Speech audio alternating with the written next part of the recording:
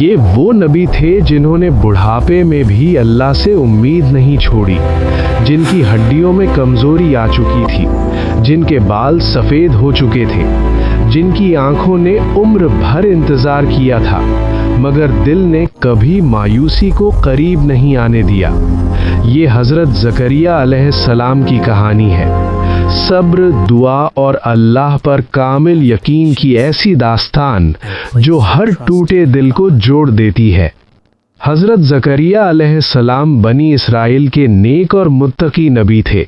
بیت المقدس کی خدمت ان کے ذمے تھی۔ وہ لوگوں کو اللہ کی طرف بلاتے، حق کا راستہ دکھاتے اور خود انتہائی سادہ اور پاکیزہ زندگی گزارتے۔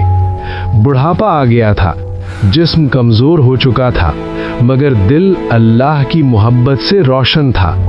ان کی ایک ہی خواہش تھی کہ اللہ انہیں ایسا بیٹا عطا کر دے جو دین کی خدمت کرے، جو حق کا علم اٹھائے، جو گمراہ ہوتی قوم کو پھر سے سیدھے راستے پر لے آئے۔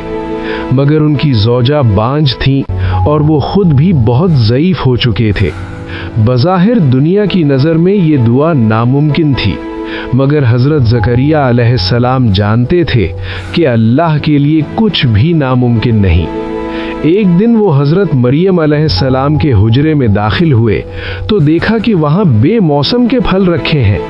انہوں نے پوچھا، اے مریم، یہ تمہارے پاس کہاں سے آئے؟ تو حضرت مریم علیہ السلام نے جواب دیا، یہ اللہ کی طرف سے ہے۔ بے شک اللہ جسے چاہتا ہے بے حساب رزق دیتا ہے۔ بس اسی لمحے حضرت زکریہ علیہ السلام کے دل میں امید کی ایک نئی روشنی جاگ اٹھی۔ انہوں نے سوچا، جو اللہ بے موسم پھل دے سکتا ہے وہ بڑھاپے میں اولاد بھی دے سکتا ہے۔ وہ وہیں کھڑے ہو گئے، خاموشی سے ہاتھ اٹھائے، آنکھوں میں آنسو، دل میں عاجزی اور زبان پر وہ دعا جو قرآن نے محفوظ کر لی۔ اے میرے رب، میری ہڈیاں کمزور ہو چکی ہیں، سر بڑھاپے سے سفید ہو چکا ہے، مگر میں کبھی تجھ سے دعا مانگ کر محروم نہیں لوٹا۔ اے میرے رب، مجھے اپنی طرف سے ایک پاکیزہ وارث عطا فرما۔ یہ دعا فریاد نہیں تھی، یہ یقین کا اعلان تھی، یہ نا امیدی نہیں تھی، یہ اللہ کی قدرت پر مکمل بھروسہ تھا۔ پھر اللہ نے فرشتوں کے ذریعے خوشخبری سنائی کہ اے زکریہ، اللہ تمہیں ایک بیٹے کی بشارت دیتا ہے جس کا نام یحییٰ ہوگا، ایسا نام جو اس سے پہلے کسی کو نہیں دیا گیا۔ حضرت زکریہ حیران رہ گئے، عرض کی، اے میرے رب، میرے ہاں بیٹا کیسے ہوگا جبکہ میری بیوی بانجھ ہے اور میں خود بڑھاپے کی انتہا کو پہنچ چکا ہوں؟ اللہ نے فرمایا، یہ میرے لیے آسان ہے، میں نے تمہیں اس وقت پیدا کیا جب تم کچھ بھی نہ تھے۔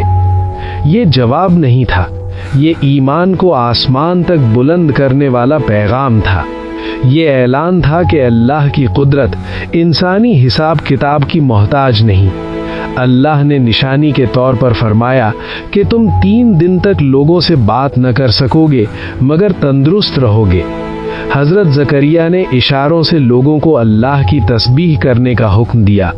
صبح و شام اللہ کو یاد کرنے لگے، دل شکر سے بھر گیا، آنکھیں سجدوں میں جھک گئیں، اور وقت نے وہ معجزہ دکھا دیا جس کا انتظار برسوں سے تھا۔